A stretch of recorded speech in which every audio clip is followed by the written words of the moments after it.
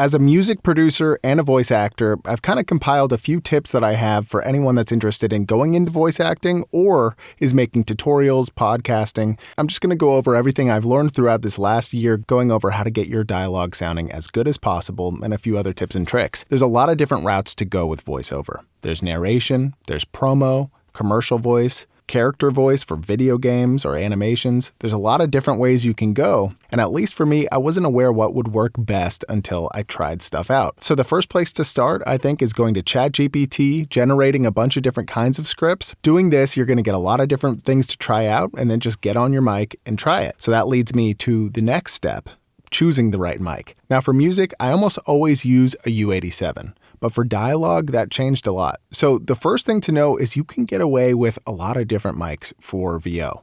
But that being said, I would stay away from using any USB mics. But if you're going dynamic or if you have a condenser mic, I think you're going to be great. Condenser mics are my choice. Now, if you want to know what I would recommend as a first voiceover or podcast microphone, I think the best one possible out there, which also surprisingly works amazing for music too, the Lauten Audio LS208. Now, this microphone is under $600, which is a lot of money, but for what you get with this is a complete steal.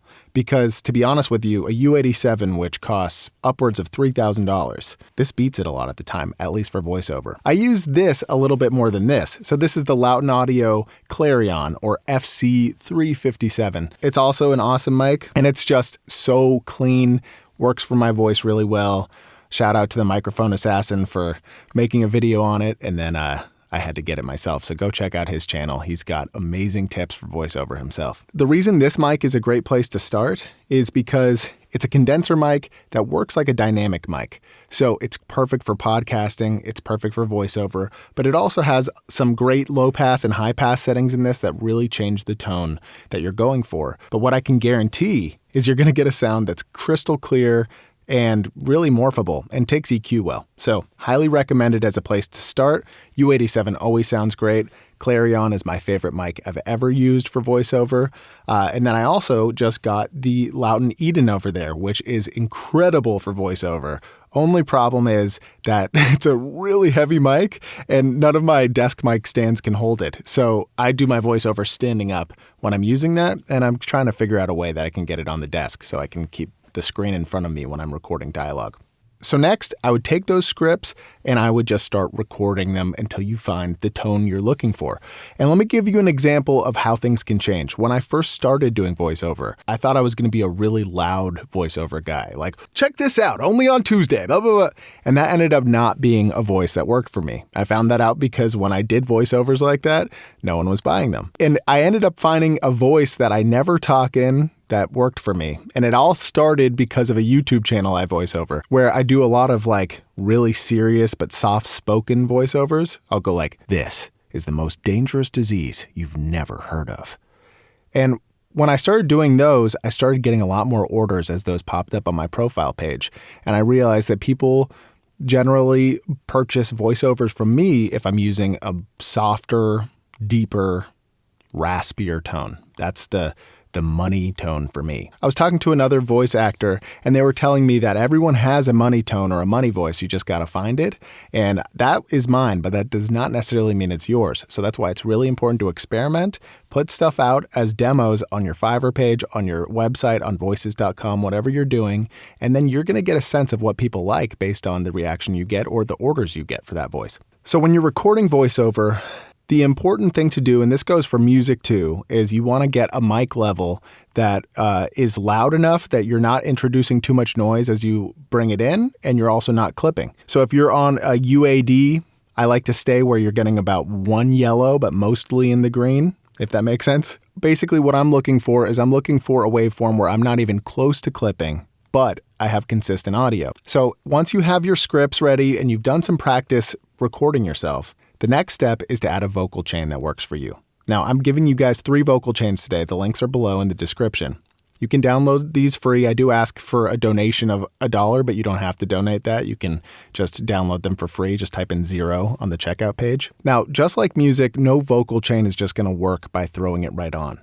it's going to take some tinkering, which is why I made these into racks where you can have easy to use controls to shape it to your voice. And I'm going to go through a few ways to do that. So all of these voiceover chains work completely for free. One of them you need Ableton to use. The other two you need some software to use. And I'll go over how to download that and get everything set up after we go through how these vocal chains sound. I also build custom vocal chains for clients. So what you can do is you can hit the link below if you want a custom vocal chain. And what I do is I ask you what plugins you have and would like to use. You tell me all the plugins you want. They can be stock, they can be free, they can be paid. I have a lot of plugins, hence the name. But what I do is I listen to your audio, I hear the room you're in, I hear the voice you're in, and I really carve out the perfect vocal chain for your voice. And I make different presets for different styles that you might do. So that's another option you have, but these 3 vocal chains sound great. You'll definitely be able to use them. You just need to have a little bit of knowledge of what to change so that it works perfect for your voice. So let's start by listening to a couple examples I have here. I have one softer example and I have one more commercial example. I have a vocal chain from Toneboosters, I have a vocal chain from Kilohearts, and I have a Ableton vocal chain. So let's start by looking at the Toneboosters chain. So I'm going to turn everything off, we'll take a listen to the voiceover, and then I'm going to go through what's going on in here so you know how to use this yourself. For centuries, humanity has looked to the heavens, yearning for an answer, wondering if there's anyone out there waiting to be discovered. So what you can see here is I set up some parameters that I use to shape my vocals that I think you'll be able to too. So it starts with a gate. So the first thing I do is if there's a lot of noise going on in the recording, I'll turn on the gate. So let's listen to this completely dry. For centuries, humanity has looked to the heavens, yearning for an answer, wondering if there's anyone out there. And this gate is just going to be getting rid of any noise or anything else in the studio in between your vocals. The higher you push the gate, you might start losing your vocals, so you want to find the sweet spot. Next, I go to the saturation, and this is using a tape emulation. For centuries, humanity has looked to the heavens, yearning for an answer, wondering if there's anyone out there. Adds just a little thickness to the voice, very subtle though. The next is the low cut, and this is really important because at least for me in this recording, there's way too much lows going on. I like how the highs sound, but I want to work on sculpting the lows a bit. I don't like to go over 100 usually, so I'm rolling off somewhere between 50 to 80 hertz. For centuries, humanity has looked to the heavens, yearning for an answer, wondering if there's anyone out there. That sounds pretty nice. Now, this mud knob is going to be scooping some of those low mids out of my voice, and maybe your low mids are in the same place, but if you can customize this chain to your voice, you just open up any of these plugins here on this side and you could change the frequency ranges if they don't work for your voice as well as they do mine. But the mud is going to be getting rid of a lot of the low mid frequencies.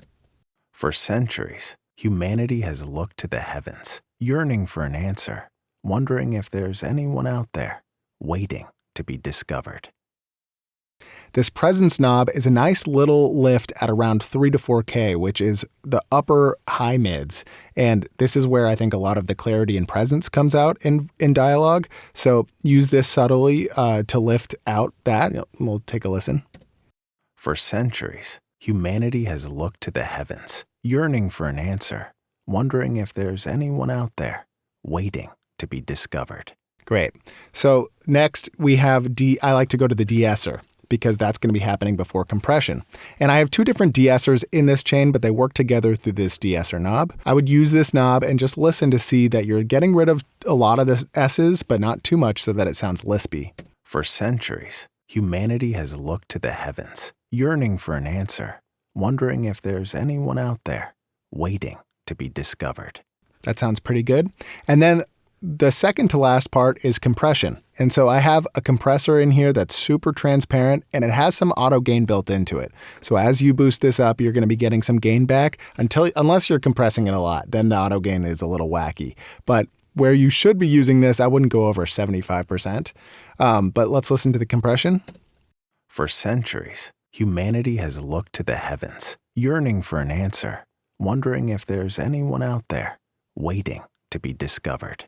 Sounds great. So this is the type of vocal chain that I do for voiceover. Very subtle, mostly cleaning up the low end, and then lastly, we add a limiter. So a lot of my clients ask for the voiceover to be around -16 LUFS. So I'll show you kind of what that would sound like. For centuries, humanity has looked to the heavens, yearning for an answer, wondering if there's anyone out there waiting to be discovered.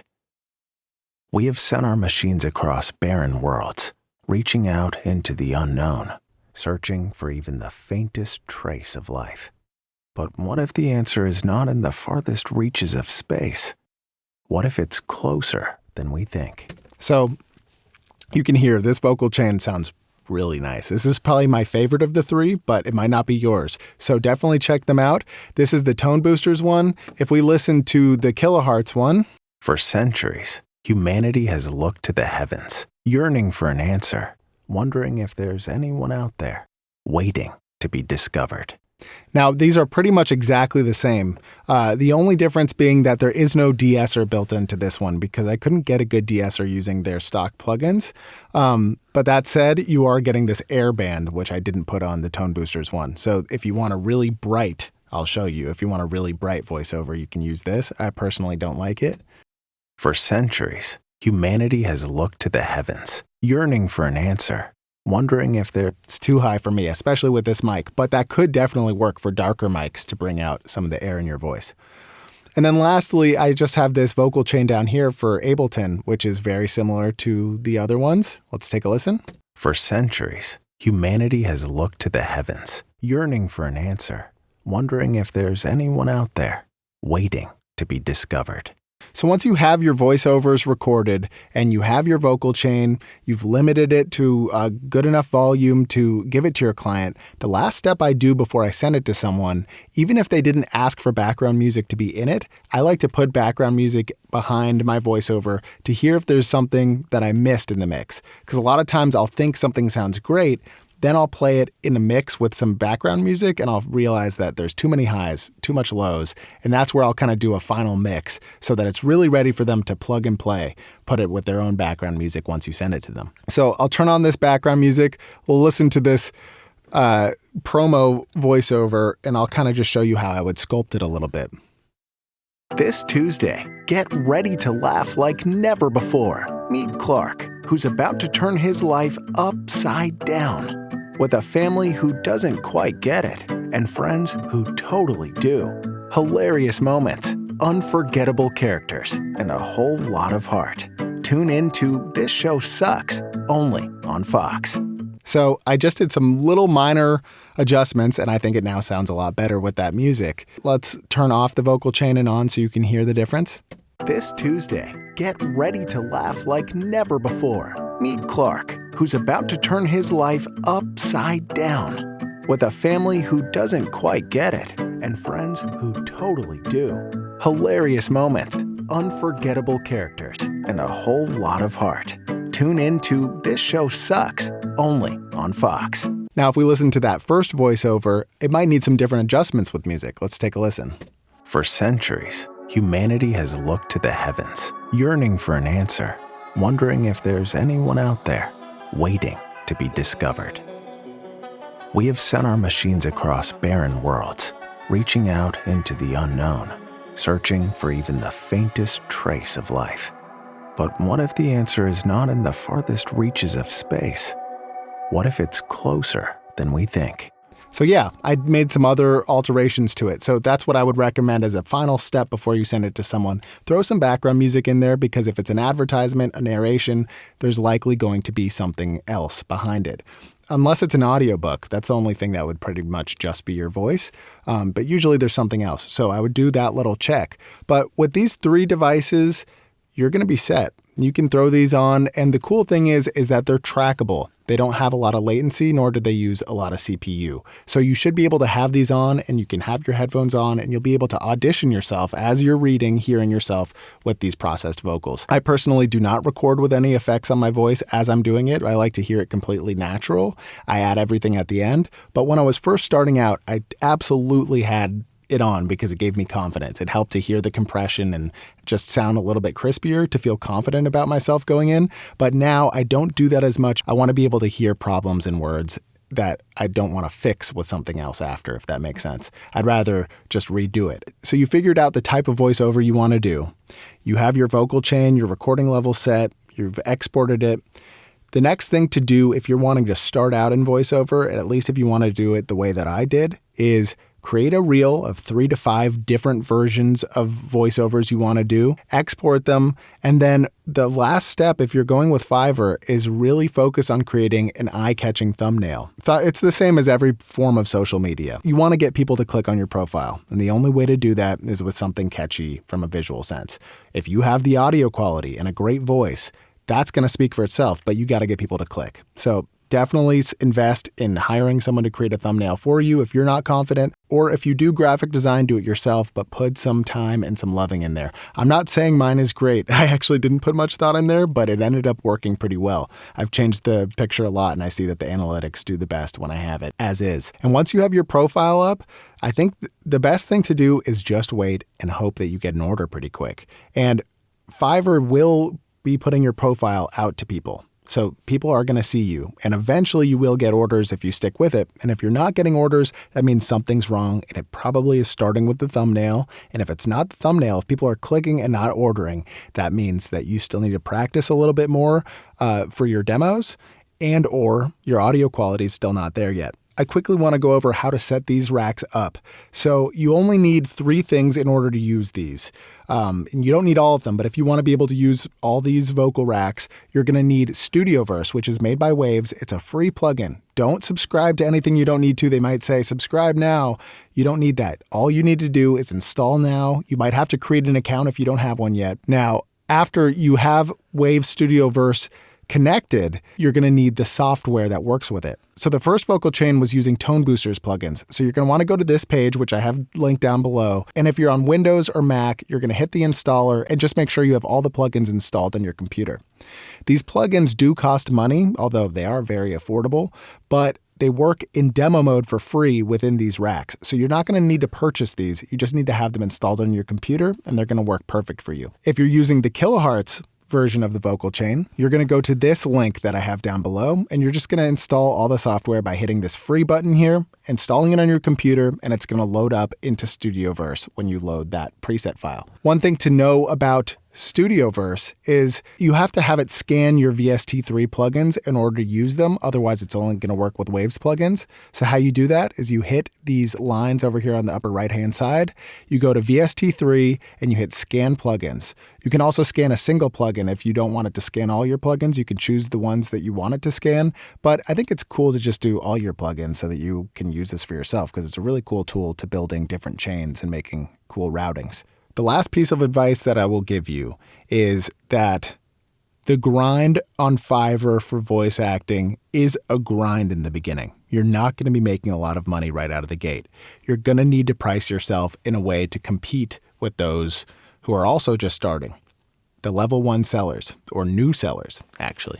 So the best mindset to have during this is that it is not a job in the beginning. You are trying something new, a hobby. It is just an extra benefit that you're going to make some money during this time period. If you're needing to rely on this to make money in the beginning, this is not the job, because it's not something you can just hop right into. You've got to put in some work for not very much pay. When my prices were really cheap and I was first starting out, the type of people that were ordering from me were people that were, they're bargain people. So I already had my prices really low. Half the people that hit me up wanted me to offer 50% off to them. Everyone was trying to get an even better deal. They're like, oh, you sell yourself cheap? Let's get you even cheaper. You do need to sell yourself cheap if you want to get some orders coming in from nowhere. And you need orders to get reviews, and that's going to allow you to up your price. But just know you're going to be dealing with people that are going to be kind of not treating you with a ton of respect. At least that's how it felt for me. But if you just put mind over matter, deal with those type of people, knock out those first few orders, be as kind as you can. Customer service is huge, huge. Good communication, fast communication. That's probably most of the people for my first orders, because I wasn't a good voice actor when I started at all. They prided me on my customer service. And that's what most of my first reviews were this guy's so good. He was always available and really kind and made revisions even though I didn't have a free one. Just going above and beyond to make the customer feel satisfied. You're going to get good reviews. You're going to be learning how to do this. It's all going to come together. And eventually, hopefully, you're going to start being able to charge prices that are meaningful to you financially, and maybe you'll be able to quit all of your other jobs or some of your other jobs. Depends on how you look at this. The best way to look at voice acting right now in 2024, almost 2025, is that this is a fun hobby to get into that could lead to a job, but don't rely on it because AI is here and AI is real.